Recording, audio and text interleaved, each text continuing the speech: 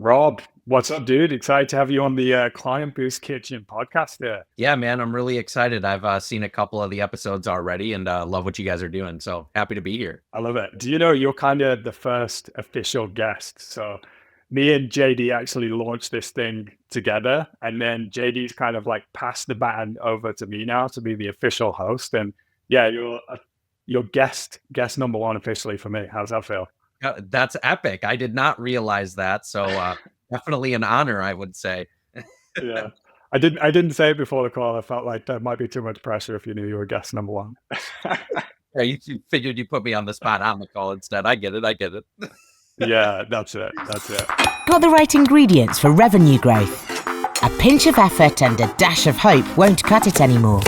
Grab your utensils. You're about to get some high-performing marketing recipes. Welcome to KlientBoost Kitchen.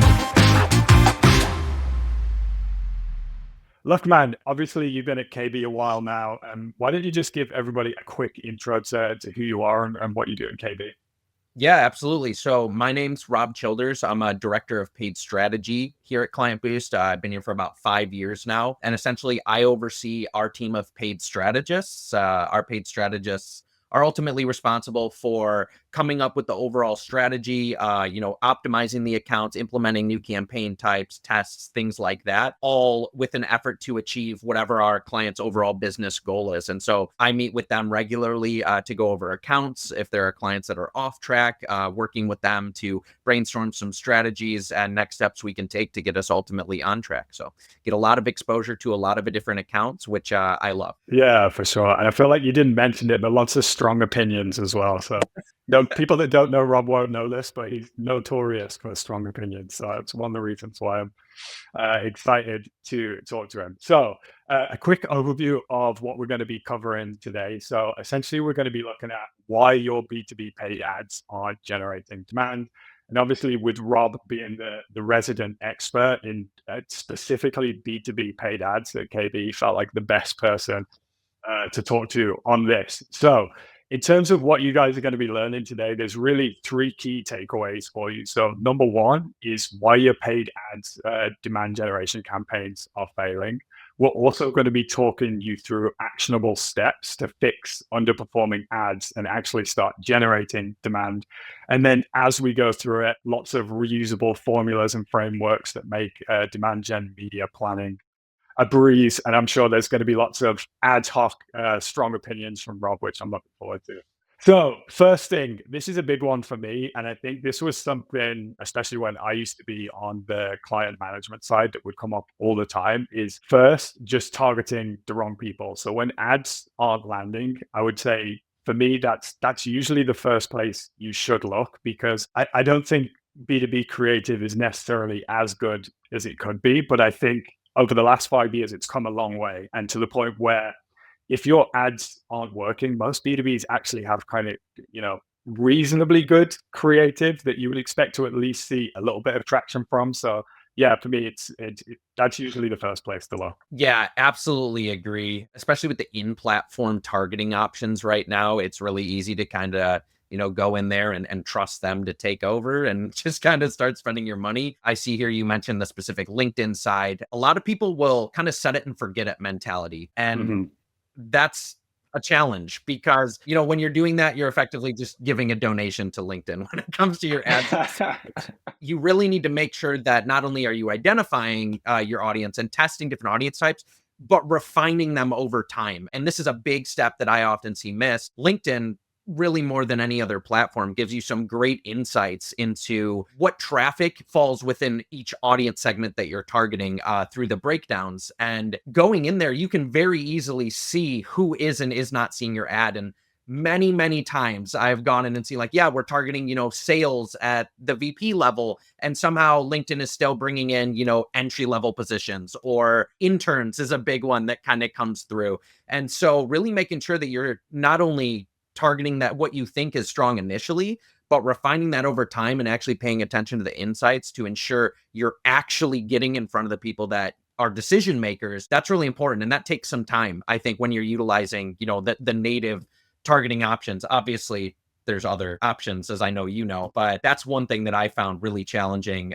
with a lot of accounts that we see. Yeah, 100%. And I would kind of like piggyback a little bit on that one. I think there's lots of good in-platform data that you can get around, are we targeting decision makers? It's very easy to see, for example, in LinkedIn, yes, when you're targeting entry level, etc. But I think also as well, a lot of companies are not doing that work outside of the platforms as well to just deeply understand, well, who is actually in the buying committee. And one thing I know from just a piece of work that we've been doing at KlientBoost over the last 6 months, and I've just completed another piece of work like this, is just analyzing all the closed won deals that we have and looking at, well, who's the first point of contact and who's usually involved in the buying decision.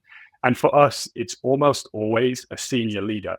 And what I know from working with clients in the past is that they always want to target, well, those senior leaders have managers working for them. Maybe we should target those. And those managers have, senior individual contributors working for them. And maybe we should target them so we don't miss anybody. And actually what that does is, if you don't have the biggest budget in the world, is it means you're probably just missing a lot of decision makers, because the audience will prioritize those job titles because they're probably engaging with the platform more, and they're probably also a cheaper audience to get more reach on too. Absolutely. And I mean, I'd be lying if I said I wasn't guilty of this in the past when I was first starting out, but Yeah. start looking at audience sizes and stuff like that and decide, oh, I want to be everything to everyone. I want to get in front of as many people as possible.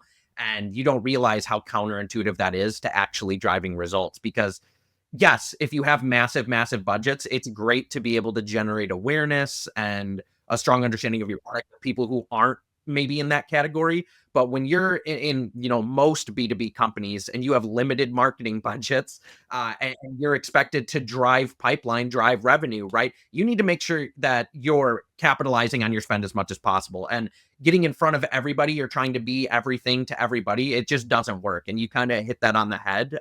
Less is more in many cases when it comes to B2B marketing. What I found over the years is that it's significantly more effective to have very small audience. Well, I shouldn't say very small audience sizes that you're getting in front of with your ads many, many times, driving up frequencies to build that understanding and recognition. So that way, when the time comes for them to actually pull the trigger, because let's be honest, that can differ from person to person, right? Based on their company budget, based on the season, things like that, funding. You want to be top of mind. It's not like, a retail ad where somebody's going to see it and immediately convert. You might have those, but it's really more so about building awareness and staying in front of your audience when the time comes, so that when the time comes, you're top of mind for them. And you just can't do that when you're trying to target, 50 million people with $100 budget. Yeah, for sure. I'm thinking back to some accounts where they tried to do that, and I've taken over the account, and they're initially targeting 500,000 people, and they've got $2,000 a month, and the CPM's like $100 for 1,000 impressions. It's like you're reaching about 2% of the audience, and your frequency is like 1 to 2. And you're essentially, I keep using this metaphor of like yelling into the Grand Canyon. You know what I mean? It's like, nope, nobody can hear you. Nobody can see the ads. So that leads us nicely, I think, into the next key problem that we tend to see, which is just too few prospects are seeing too few ads. And I think the rationale here is a lot of marketers, maybe this is, and I actually have been guilty of this in the past, especially when I first started out, but I think they think they have this gift that they can just convert anybody. If you put the right creative in front of the right person with the right message and send them to the right landing page, and you use, the copywriting persuasion skills that you learn on whatever online course you took, you're going to convert them right there and then. And I think that's really just not how it works. It's generally more the case that about 95% of your audience is out market at any one time, and there's really very little you can do to actually influence that. And it especially so in the B2B space where a buying decision is more complicated. And so really only about 5% of the audience is in market. And so what we're recommending now is that actually the best way to run paid demand generation on paid ads is to saturate as much of the audience as possible. And I think I really loved that point you made a second ago about actually it's much better to go for a smaller audience. And the reason I think that works is because if you pick a smaller segment, the likelihood that that segment is also going to have its own 95/5 rule in it is much, much higher, as opposed to when you have a large segment, you can't even guarantee that you're reaching anybody that's in market, which may be okay from a really, really long-term point of view if you're measuring the success over like 2 years. But most B2Bs aren't. They want some traction and they want it now. Yeah, exactly.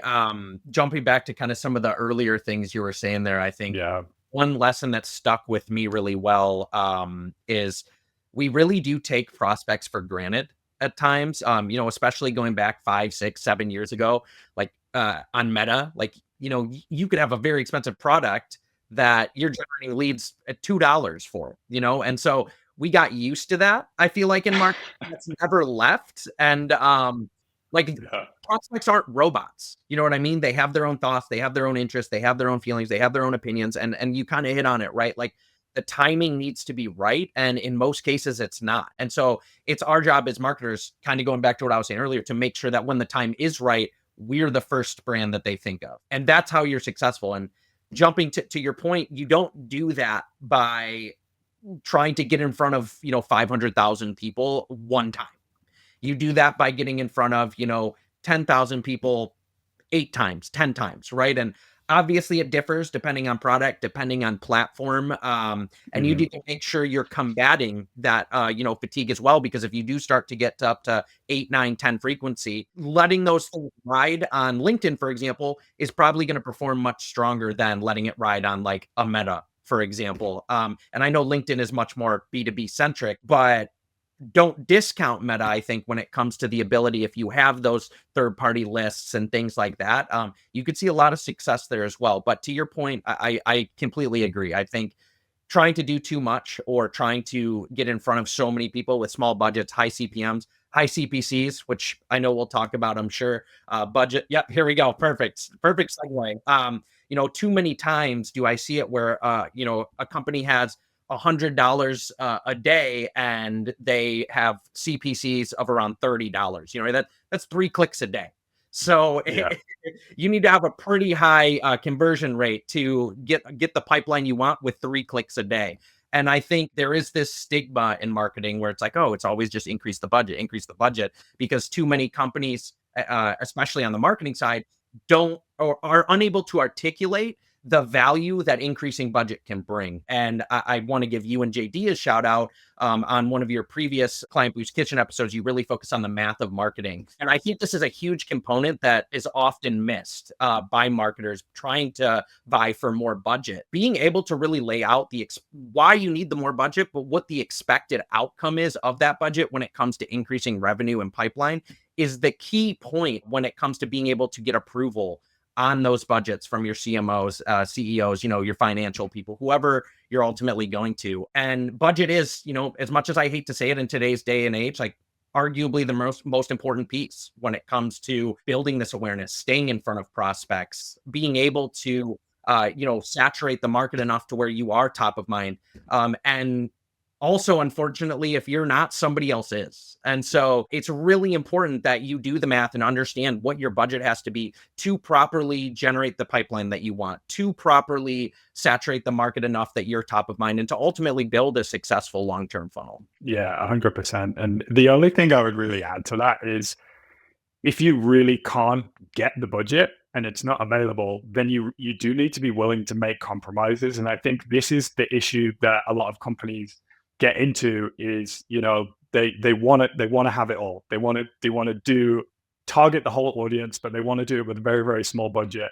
And then there's always this argument that, once we see some traction, we'll scale it. And it's like, well, you're not going to see any traction. So you may as well just not even bother. Like you say, they're essentially just throwing the budget away completely. But I think probably one thing here that I wanted to come to as well, you mentioned around how marketers do struggle to get that budget sign off. One thing I would say is even when you have, these tools that me and JD talk about, it's still challenging to get budget sign off, right? These are not guarantees that you're going to get budget sign off. But I know, like, for instance, the demand generation calculator, which is a new I guess, tool that we've created recently, which helps companies understand, okay, how much budget do we need to target a specific audience size? When I kind of did dummy tests with that, with clients, and did that in front of CEOs and CFOs, suddenly the penny starts to drop about why the marketing isn't working. And then it's not necessarily that they immediately just throw their credit card at you and say, okay, put as much, money in there as possible. But it does open a conversation to say, well, okay, we now understand why we need to increase it a little bit. And typically those, in those scenarios, yeah, you won't get the full budget that you asked for, but you'll probably at least get a decent lift because you're speaking numbers and that's the language that they understand too. Absolutely agree with everything you just said. It is challenging. I do love the focus you put though on being willing to pivot, right? I think I know because I'm guilty of it. And I've also seen many other people, right? Like when we have an idea or we want to run a specific structure, it tends to be very difficult to let go of that sometimes, you really want to keep, like, if I just let this go another couple of weeks, I think we'll be able to unlock it. And it's like, no, dude, like you're not seeing success. You're not going to see success, right? Focus on what works. And if you're at a point where you can't get more budget, don't be afraid to cut everything else out, right? Because the easiest way to get more budget is to drive the ultimate result, right? And if you have one thing out of 5 that's driving a result, put all your eggs in that basket, knowing that otherwise you're not going to be successful. And I think that's a really huge point that every marketer in history is guilty of at some point, is sticking with an idea for too long and not being willing to pivot. So yeah, for sure. I think it's I have this thing that's like you have to put data over ego, and I think especially when something was your idea or it was your baby, your concept that you spearheaded, it can be very difficult to admit that it's not working anymore. Exactly. I've been there too many times. I've gotten to the point now where I know if I think something's going to work, it's probably not. So especially on the creative front, let's just run and test these other avenues. And sure enough, usually the creative you think is going to do best is, not the one that does best, and vice versa. So it's always an interesting thing. But I think that leads us to a really interesting point is always remember, it's not about what you think is exciting or flashy or cool. It's about what your audience thinks is exciting or flashy or resonates with them. And, I know this is like a bonus point, but especially in the B2B space, too many times have I seen companies, really get hung up on like, no, this is our brand or this is the message we have to go with, only for that not to do anything. And it's because they get really hung up on this is what we want to be, not necessarily what our prospects need or what our prospects want to be. And I think that's really important to recognize because it's not about what you want your prospects to search for. It's not about what you want your prospects to see. It's about what they need. It's about what they're searching for. And you have to be the one that's flexible because they're not going to be. Oh yeah, 100%. And I think it's such a challenge for some marketers. And I've been in positions before as like on the agency side where we're just, we're either struggling to get legal to sign off a creative or we're struggling to get the brand team to sign off a creative, or maybe it's even the CEO. So this is maybe not the best advice to give, but I'm going to give it anyway because it's worked for me historically. I've done it a number of times, which is sometimes it's much easier to ask for forgiveness than it is to ask for permission. And so if there's ad formats that you just, in your gut that they're going to work, I would say just launch them, get the results, and then present the results back. So I think back to one of the last clients I worked with. I was working with the ABM manager. She was struggling to get the brand team to sign something off. And I just said, do you know what? Let's create the ads, launch them. If you get in trouble, just blame the agency. Like, I'll take the hit because I know they're going to work. And so they did. These were the first ads that actually generated decent inbound demos for them. Then the brand team asked to switch them off. So we switched them off. And then 2 weeks later, the senior head of marketing was like, we need to get those ads back on immediately because we've suddenly lost the inbound volume that we were getting. So it can work. Yep. Perfect example, honestly. I think you hit it on the nose. Yeah, exactly. So we're coming up on 20 minutes here. So I want to try and keep it reasonably concise. So I think the last one for me is something that we're doing aggressively on our own marketing, and I know it's something, Rob, that you're kind of a fan of, and even I've been talking to some of the strategists that you manage. It's on their agenda as well, which is, and honestly, it ties into what we said before, which is just trying to do too much, and that's really what it is. It's just running too many campaigns or having overly complicated account structures. Yeah, completely agree. Especially true on the B2B side. Not only like I would venture to also say having too many keywords within those campaigns, and you kind of hit it, less but better, right? If you're trying to do too much, you're basically not going to achieve anything. And so we've seen, I mean, I could count, I can't count on both hands how many times I've seen over the past, 90 days even, how shifting to this kind of structure improves performance. It really is important right now with how everything's going. The platforms themselves are recommending it, simplification and consolidation. And we are really seeing this drive a lot of success. And exactly goes back to what we were talking about. You shouldn't try to be everything to everybody. You should try to focus on what is actually working, what is driving, success. And if you do get to the point where, you're far enough along the line where you have, introduced new products, you've tested new offers, you're getting to it, then maybe you start expanding out into some of these other campaign types because you have a very successful baseline or foundation. But in most cases, you need to establish that first. And that takes quite some time, quite a lot of spend, quite a lot of audience identification and things like that. So completely agree. Cutting down on the volume of campaigns, cutting down on the volume of active keywords to really just focus on what is actually driving results for you and your business is really important. Not only when you have limited budgets, but just in general within your budgets as well. If you want to be efficient, if you want to drive high revenue, high pipeline at a good cost per acquisition, high SQL volume, whatever it is that your main focus is, putting all of your spend into what is actually working will always drive more success than going outside of that. And I'm going to add the caveat that I don't think this means you shouldn't test new things. I do think you should test new things, but there is a time and a place for that as well. And if you have something that's working very well that you haven't capitalized, if you have a very successful search campaign and search impression share isn't maximized, things like that, like you need to maximize the success that you're driving on what's already working before you really just start trying to waste spend and test spend on new initiatives. And most times I see we try to move into that phase a little too early when there's a lot of low-hanging fruit opportunities to be captured just by maximizing the simplistic structure. Yeah. Do you know what? Let me ask you a question, Rob. I'm curious, right?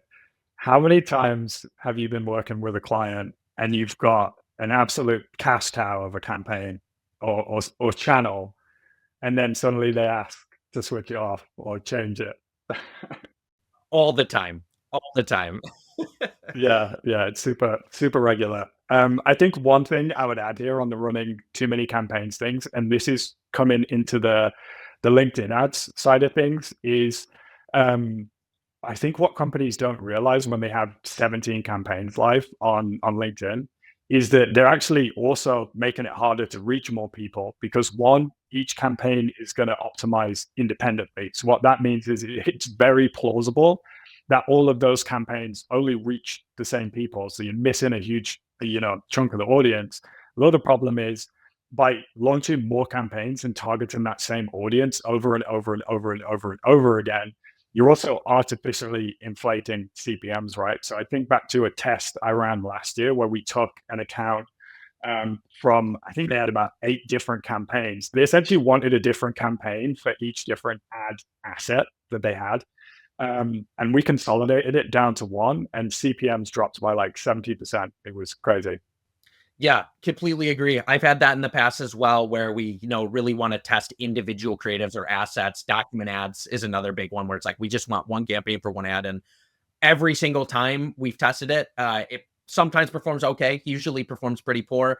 Recommend consolidation, getting the, 4 or 5, maybe 6 ads active per campaign, targeting the same audience. And it almost always drives performance up, which is strong. And LinkedIn is especially dangerous because of the nature of the way the platform is and how targeting is set up. You almost, if you want to run a different ad type, it has to be a different campaign and things like that. So I think the theme of today's episode in my mind is don't try to be everything to everybody, like focus on what works and maximize that.